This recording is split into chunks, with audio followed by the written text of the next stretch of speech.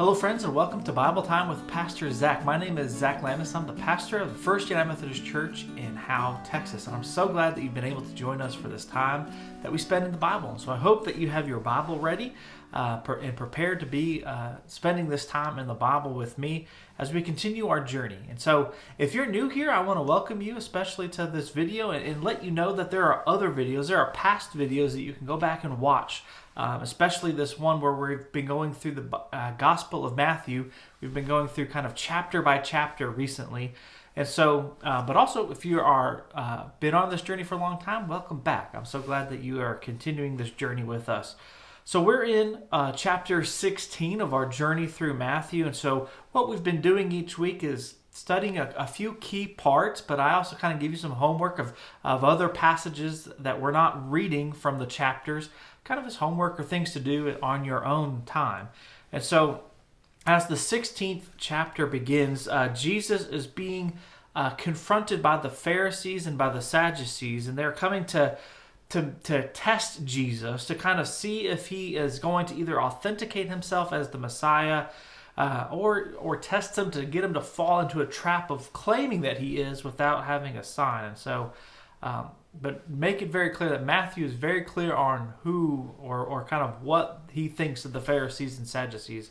So let's jump right into the first part. So this is going to be Matthew 16 verses 1 through 4. This is the first passage we're going to read.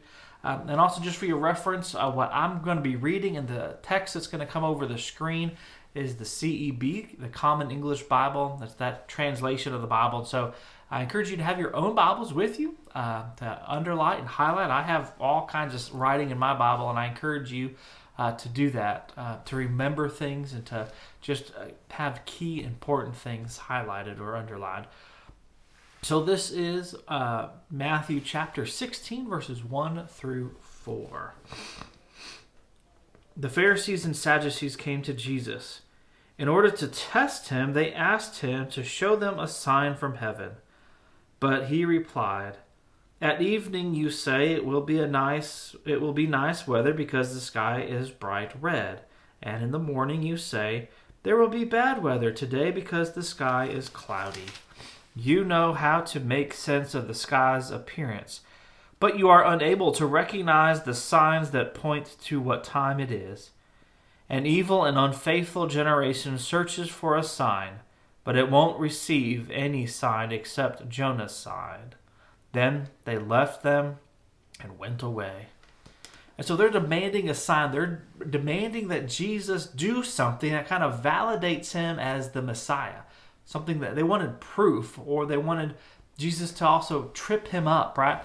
And so this sign that they're demanding is something that would show that he is the true Messiah. And Jesus knows that the sign of this is going to be his death and resurrection, one that comes later. And so what he says is that you'll get Jonah's sign. And so sometimes we don't exactly know what they're meaning by that. So what he's meaning by that is that the sign that Jonah's life and Jonah's story showed us, that as Jonah was thrown off the boat, he was rescued by God by a whale or by a big fish, spent 3 days in there, which relates to Jesus's death and resurrection, that he spent 3 days in the tomb, and that when he went to the city of Nineveh, the entire city repented. They believed. And so that was a clear sign that Jonah's message, or what he was doing about how he was a prophet for God, was true. That was really from God. And so what Jesus is kind of saying here is that you've had all these prophets, you've had all these other signs,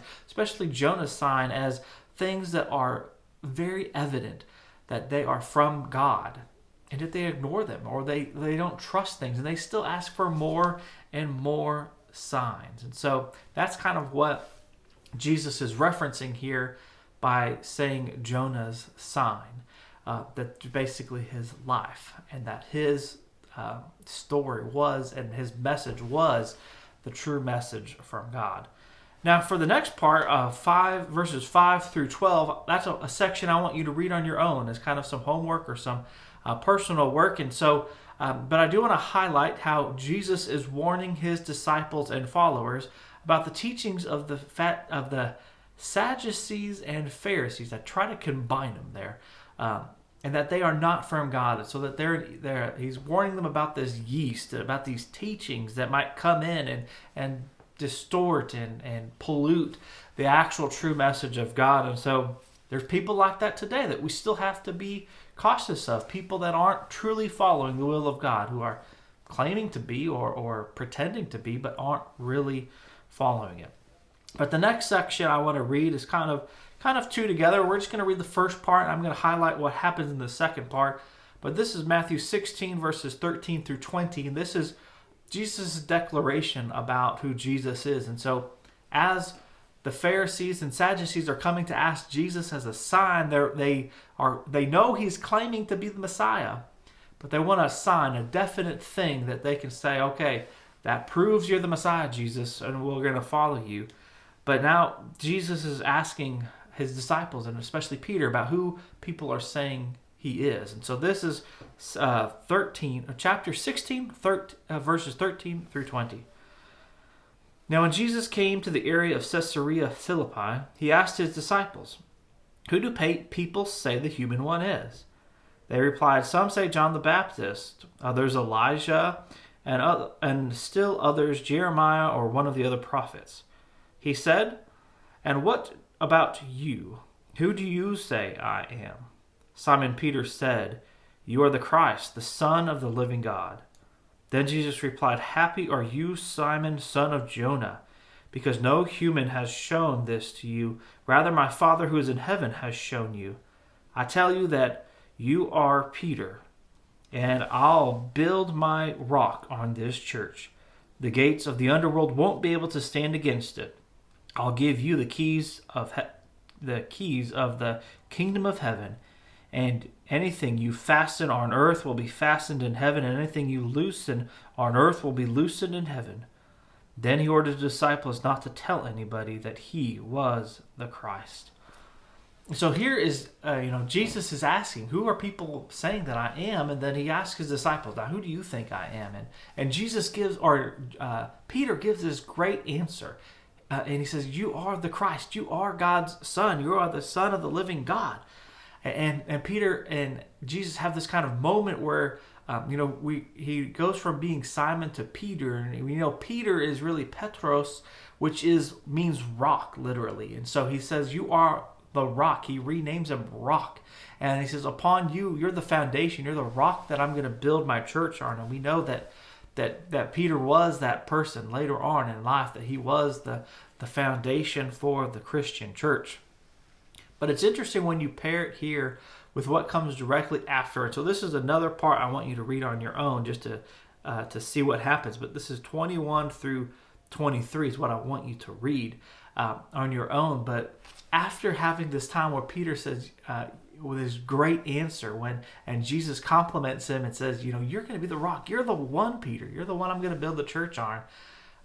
When Jesus is predicting about his death and he's saying this is what's going to happen, Peter kind of rebukes him and scolds him. And then Jesus goes from calling him Peter, the rock, the one who I'm going to put my church on, to calling him Satan. He says, get behind me, Satan. Now you're the rock other people are going to stumble over.